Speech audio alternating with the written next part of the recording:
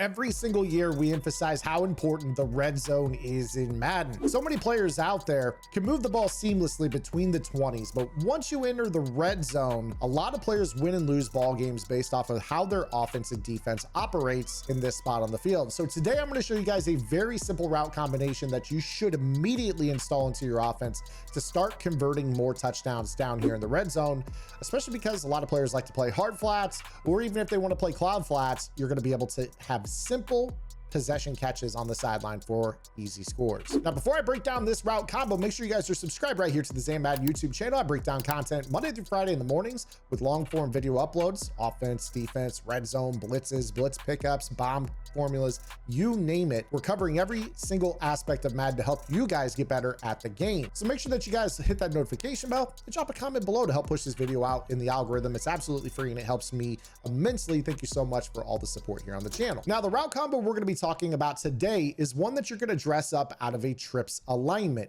You're going to need two routes on this play to pull the zones inside, which is going to open up an easy out route to the front pylon or kind of about halfway into the end zone. So what we're going to do here is we're going to choose everyone's favorite offense every single year, not name bunch, of course, and that is the trips tight end. We're going to be using nothing but hot routes on this play, so you guys won't really have to worry about what play to choose. Now, with this particular play, we'll start off with some cloud flats, that standard, zone on the outside that you find in a Tampa 2 style defense. With our route combo, we're going to run outside to inside, a drag, a hitch, and an out route. Now, depending on how close you are to the goal line, you're going to custom stem by choosing the receiver that's on the out route, holding the left bumper, and clicking the left analog stick so it runs into the end zone. Your route combo should look like you see here on the left side of the field. Now, from a pass protection perspective, I'm going to go ahead and just max protect here. And what we're going to notice is that the drag is going to pull the cloud flat inside, and he's going to attach to the hitch route that's sitting in the slot. So take a look here at how this behaves, and you see why this ends up being a one-play touchdown. Here's the top-down view here of the left side of the field. Again, Randy Moss on the outside is going to start off by running a drag route. You're going to notice that the outside corner jumps inside with him and passes him off to the hook zone. Then Dion is looking for work. So he's thinking, okay, well, I've got a route right here in the form of this hitch. I'm going to sit right underneath of it. And he does not see the out route going in behind him. So we throw the ball on a bullet pass and toe tap for the touchdown. So let's go ahead and show that to you again. Pretty simple concept here. We're just going to run a drag, a hitch, and a out route.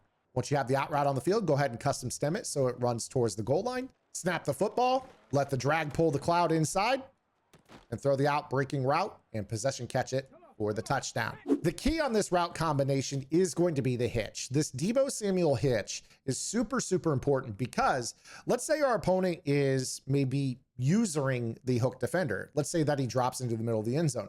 Of course, we can throw this ball quickly to Deebo, but it also serves, like I mentioned, as a route that's going to hold the outside corner that follows Randy Moss. If Deebo's not here, he won't stay on this and body up against it, allowing this throw to the pylon. So what I want to do here is I want to kind of show you, let's say I wanted to run like a slant, a drag, and then a smart out route. You're going to see here that while we can get Dion to bite inside, it's not going to be nearly as good if you don't have a hitch. He's going to immediately go back to his cloud flat, and he's not going to be worried at all about this. Now, this concept is something that is tried and true throughout the game. You don't have to call just a trips tight end. In fact, I would probably encourage you guys to dress this up with motion out of a different look, because good Madden players know, oh, trips tight end, I got to watch out for this route combination, especially if you're dealing with a knowledgeable Madden player that is plugged in. Maybe they watch this channel or other content creators that put out tips. This is something that you guys are going to have to be prepared for, and using motion can make it so people don't even think about the meta, even though you're going to dress it up out of a different formation. So let's go ahead and do something very, very similar here. So here I am in the gun wing slot, and we're going to set up the exact same route combination, but we're going to utilize motion to make this happen. So I'm going to put Kittle on this in route that I'm going to custom stem up to the goal line. We're going to motion him across. Now, for all intents and purposes, most players would think, oh, heavy run formation, motion to left, running inside zone left. They're not thinking, oh, this is the trips tight end route combination that I was just running in the previous example. Again, you want this to make sure that it reaches the goal line. You're going to see here we use the drag. We're going to be using the hitch. And you see that if not for the pressure, we actually had that wide open at the pylon again. So again, ignoring the pass rush here, you do see that this ends up being the exact same route combo, just dressed with a little bit of pre-snap motion to make your opponent key run. So again, you see right here, we have the drag underneath, which by the way, you could throw right here, by the way.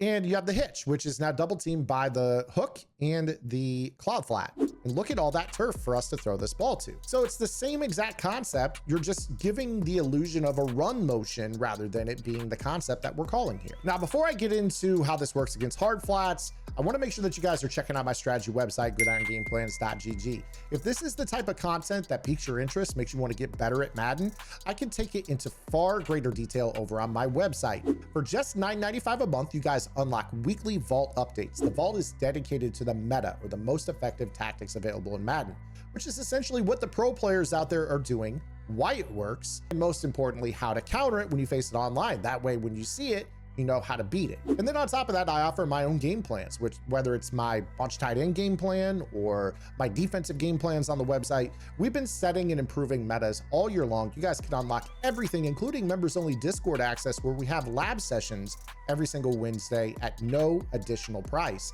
Those are absolutely free, included with your membership. Make sure you guys go unlock the best deal in the tip space, $9.95 a month.